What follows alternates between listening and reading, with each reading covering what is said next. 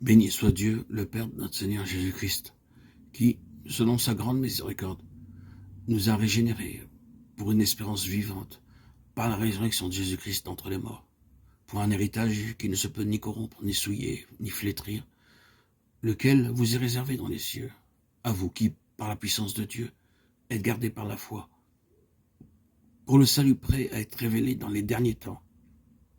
1 Pierre 1,2. Vous êtes gardés par la puissance de Dieu, par la foi pour le salut. Ces paroles seront les sujets de notre méditation d'aujourd'hui. Nous trouvons exprimées ici deux vérités merveilleuses concernant la manière dont un croyant est gardé pour le salut. La première vérité est celle-ci, vous êtes gardés par la puissance de Dieu. Et la seconde, vous êtes gardés par la foi.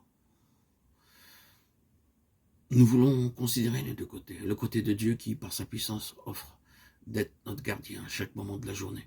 Et le côté humain, la foi par laquelle nous devons laisser Dieu agir et accomplir son œuvre en nous, sans que nous ayons autre chose à faire que croire. Vous avez été régénérés pour un héritage qui vous est réservé dans les cieux, et ici, sur la terre, vous êtes gardés par la puissance de Dieu. Un héritage nous est réservé dans le ciel, et ici-bas sur la terre, nous sommes gardés par la puissance de Dieu. Au sujet de l'héritage qui nous est réservé dans les cieux, nous n'avons aucun doute et aucune question ne se pose à notre esprit. Dieu nous garde cet héritage d'une manière parfaite et absolument merveilleuse. Et cet héritage nous attend là-haut, d'une façon certaine. Et ce même Dieu qui garde l'héritage me garde aussi pour cet héritage. C'est là ce que je dois comprendre.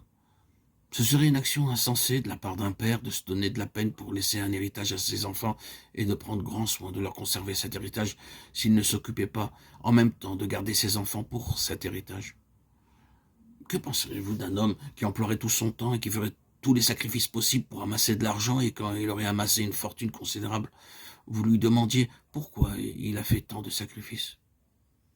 Il vous répondait « Je désire laisser à mes enfants un riche héritage.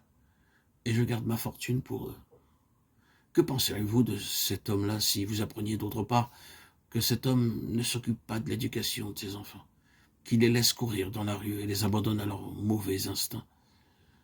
Ne direz-vous pas, le pauvre homme, il garde son héritage pour ses enfants, mais il ne s'occupe pas de garder ses enfants et de les préparer à recevoir cet héritage?